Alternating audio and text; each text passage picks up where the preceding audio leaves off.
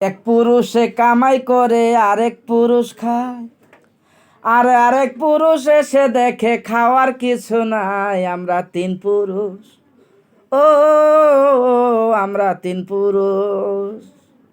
এক পুরুষে কামাই করে আরেক পুরুষ খায়, এক পুরুষে কামাই করে আরেক পুরুষ খায়, আর আরেক পুরুষ এসে দেখে খাওয়ার কিছু নাই। আমরা তিন পুরুষ, ও আমরা তিন পুরুষ। ধন্যবাদ। কিচ্ছুই নাই, কামাই করে থুয়ে গেছে একজনে, আরেকজনে এসে খায়, আর আরেকজনে আইসা দেখে খাওয়ার কিছু নাই, সব শেষ করে থুয়ে গেছে। হ্যাঁ, দাদায় কাম করে থুয়ে গেছে, কামাই রোজগার করে সংসার গড়াইয়া থুয়ে গেছে, বাপে খাইছে, বাপে জমিদারি করে খাইয়া বিন্দা সব ভাঙ্গা শেষ করে হালাইছে। আর আমি পোলাই আইসা দেখি কিচ্ছু নাই, সব শেষ, বাপে করে থুয়ে গেছে। অতএব সাবধান, ধৈর্য ধরে সহ্য করে থাকতে হবে।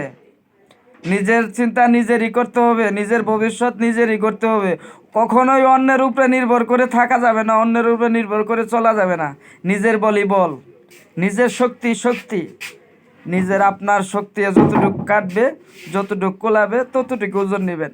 আগের মানুষ 2-3 মনের বোঝা নিয়ে যাইতো মাথায় করে, 1-2-3 মাইল রাস্তা হাঁটতো।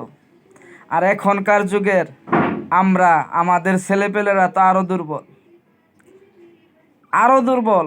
দেখা যায় আমরা তো 1 মন 2 মন করে নিব, 5 কেজি 10 কেজি মাথায় নিতে পারি না। এখান থেকে দেখা যায় আধা কিলো 1.5 কিলোমিটার রাস্তাও আমরা হাইটা যাইতে পারি না। অটো রিক্সা ভ্যান কিছু না কিছু যানবাহনও করে যেতেই হয়।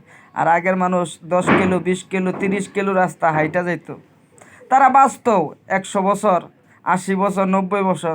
এখন সরকারই তো গড়াইও দিয়ে দিয়েছে 60 বছর। 80 বছর 100 বছর বাঁচার চিন্তা ভাবনা কই থেকে করবেন?